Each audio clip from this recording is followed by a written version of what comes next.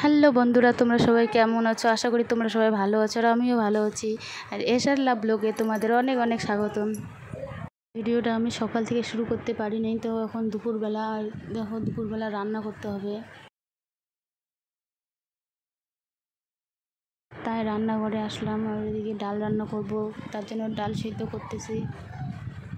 তো আমার রান্না বান্নাও শেষ, এখন খাওয়া দাওয়া শেষ করলাম। শেষ করার পর স্নান করে ঘরে আসলাম।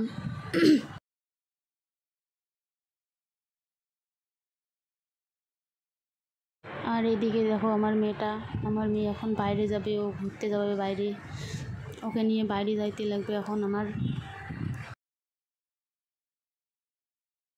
আর দেখো কথা বলতে বলতে আমি বাইরেও আসলাম মেয়েটাকে নিয়ে, এখন একটু ওকে নিয়ে ঘুরবো। তো আমার ভিডিওটা কেমন লাগলো